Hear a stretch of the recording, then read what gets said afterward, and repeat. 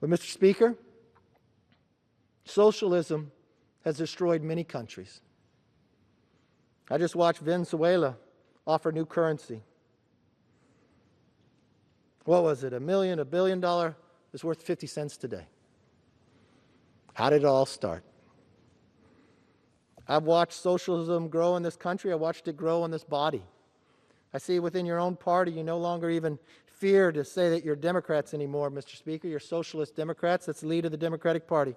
Mr. Speaker, the chairman of the Senate Budget Committee isn't even registered as a Democrat. So why would you think what would be produced? Mr. Speaker, whoever votes for this bill, I want you to look the people in the eye. I want you to think about that hard-working taxpayer. I want you to explain to them why only 9% goes to defeat COVID. Why do they have to give $5,000 and you redistribute it to people who weren't even laid off? You give bonuses to the things you care most about. Mr. Speaker, I've heard our speaker say many times, where you spend your money shows your values. Well, she does represent San Francisco, Mr. Speaker, but we don't. 92% of the budget deficit of San Francisco is going to be paid with this bill. But for that parent out there who is struggling, that for the last year, that has had to be the teacher, the tutor, the coach, the music instructor, the recess participant, help is not on the way. Help is not on the way. For those who have studied government and always thought working something bipartisan would be positive, that's no longer the case. For those who thought they could have a fair debate on a floor, they take away even the offer to have an amendment. And when we do, and we prioritize the children of this nation over a subway in a district not far from our speaker, the majority party walks in line. Mr. Speaker, we are so much better than this. We proved it 5 other times.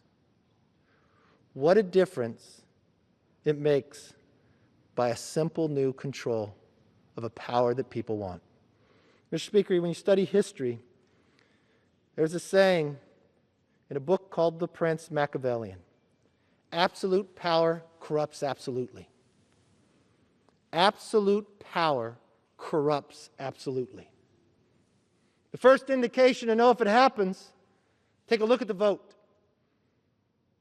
There'll be a bipartisan vote against this bill. You could wave to me, it's okay. I want you to wave to the American public when they have to wave away $5,000. So a federal employee that never been laid off gets a $21,000 to deal with their children being at home. Who's going to represent them? Who's going to be their voice?